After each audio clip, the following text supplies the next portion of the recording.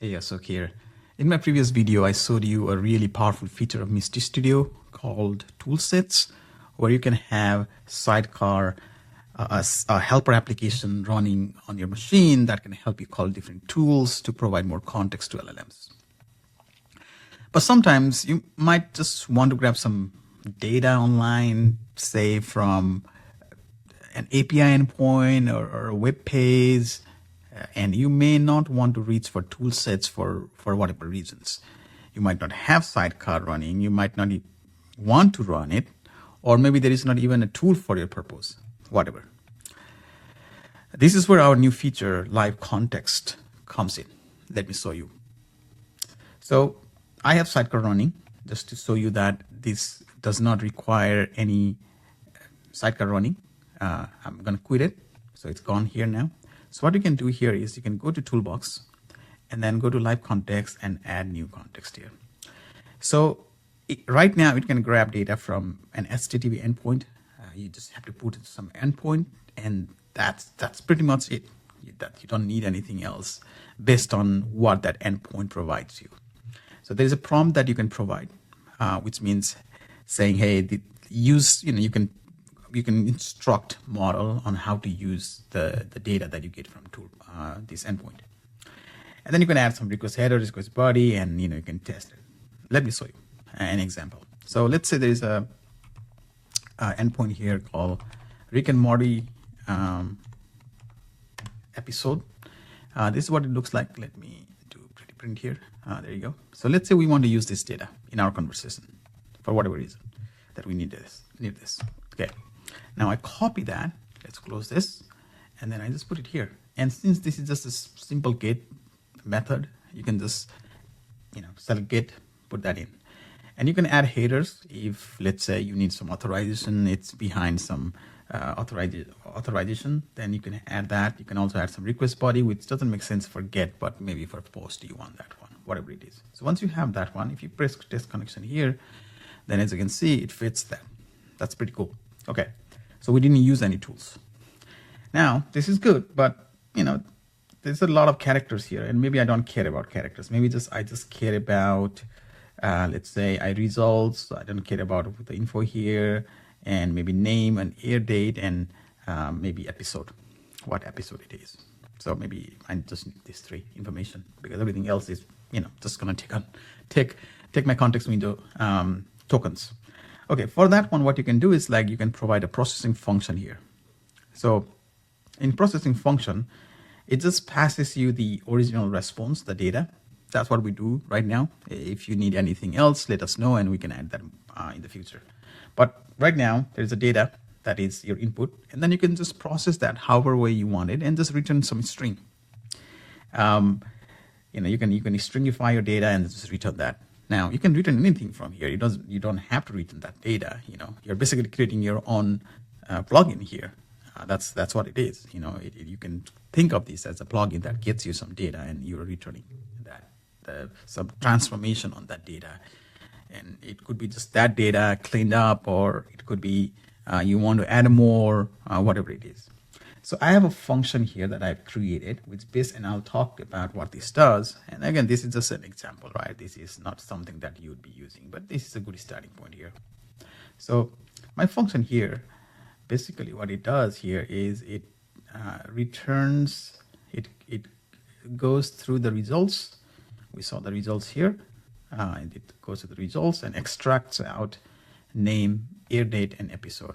And if you are a JavaScript programmer, or even any other programming language, you know what this is, right? This goes to the results and extracts out these as an array.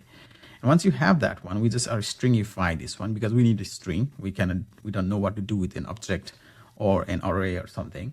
So once you have that one, let's see what happens if I press test connection here. All right, cool. So as you can see now, I have name, air date, and then December 2, and then episode here, and a list of them. That's cool. That's basically what I need here, and I don't need anything else. So once that is done, you can add some notes to help you what this is about, and then you can provide a name here. So let's call it Rick and Morty here, episodes, and add that. Okay, add that. There you go. you created a live context. And now to use the live context, it's very easy. So I'm using Gemini 2.0 Flash experiment here. You can use anything. Local models work just fine. You know, once you get the data, you can use any models. All right, to select that, you can go here, and then here, yesterday I showed you tool sets. So we still have those two tool sets. But right under here, you can also select live context, and you can mix and match them. And this goes back to in the beginning when I was saying you can compose these things together now. And as you can kind of see how we're composing things, and there is more.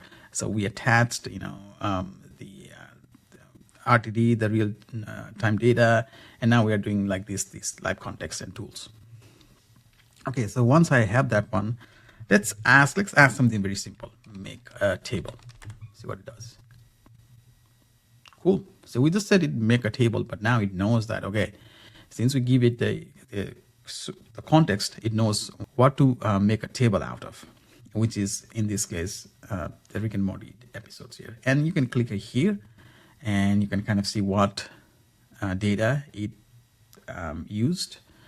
And okay, so now let's ask for the question. Now, if you want to keep, you know, if you want to keep getting the data for whatever reason, maybe your data endpoint gets updated every few seconds, then you can go ahead and then use this again. But right now we don't need that one. We don't need to keep fetching the data. It's pretty static, and these things are not going to change. Okay, so let's deselect this one, and then maybe you can also deselect this, which means right now this data gets sent every time to the model.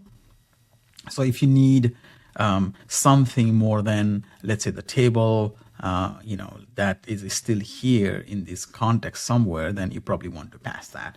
But right now, let's say I don't want to pass it. So I deselected this one, which is, you know, you kind of see that it is, there is a checkbox here. And then there is also, you can kind of see the background, some gray background there. So you can just deselect this one. That means we don't have anything selected. So that means what we're going to do is that we can start asking question based on this table only. You can select this one if you want, but depends on how you want, what you want.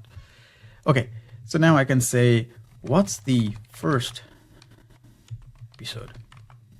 Let's see if it gets it. All right, that's cool. What's the second last episode? All right, that's true.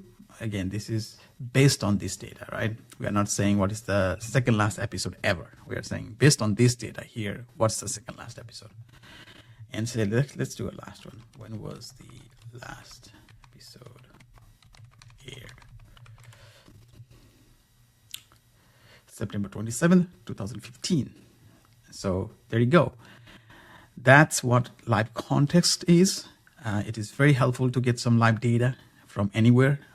Of course, this means that it needs to go and be able to get to that endpoint, which means you probably need internet connection for this and for the feature, but to get that data from that endpoint. I hope that makes sense. All right, this is it for live context. I hope you like it. I'll see you in the next one. Thank you so much.